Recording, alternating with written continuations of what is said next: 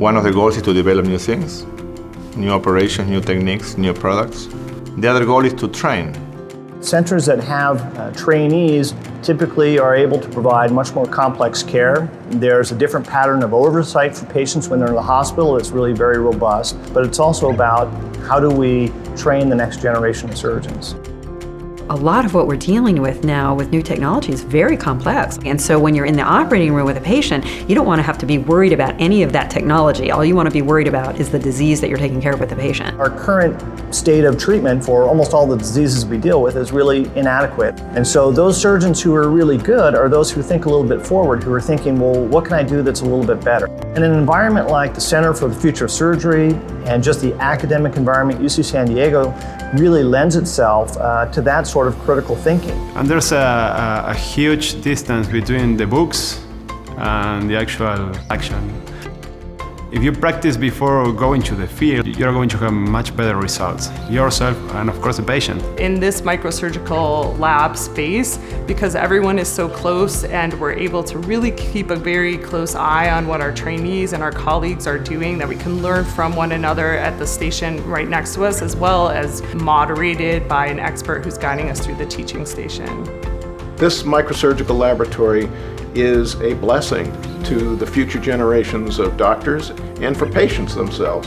If you take the 3 hearing bones, they all fit on a dime. That's what is so important about having microsurgical laboratories, is that it gives my doctors that I've trained the opportunity to learn safe techniques, holding a drill at 80,000 RPMs so that they don't bump into things and don't damage things.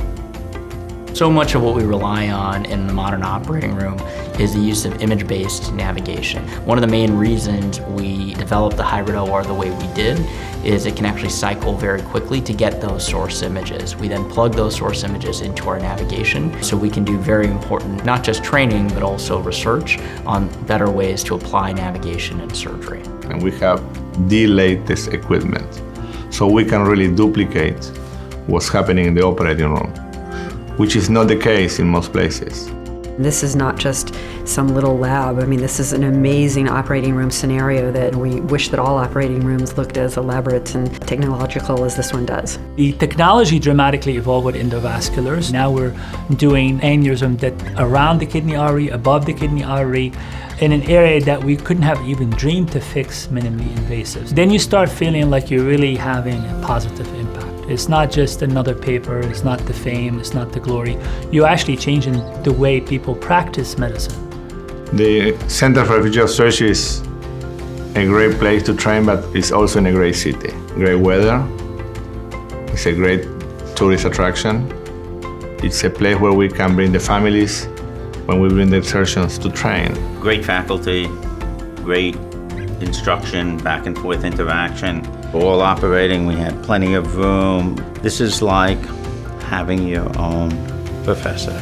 And that's why I am at the University of California, San Diego, because I do have that possibility of operating, but at the same time, sharing what I know with other people. It's just an incredible environment. In the university, the School of Medicine, the Health Sciences campus, it's very vibrant in research. It has really everything that I thought would be important for a department of surgery to succeed. We are the first place in the country to perform an appendectomy through the mouth. And that's the end of me thinking that there are limits.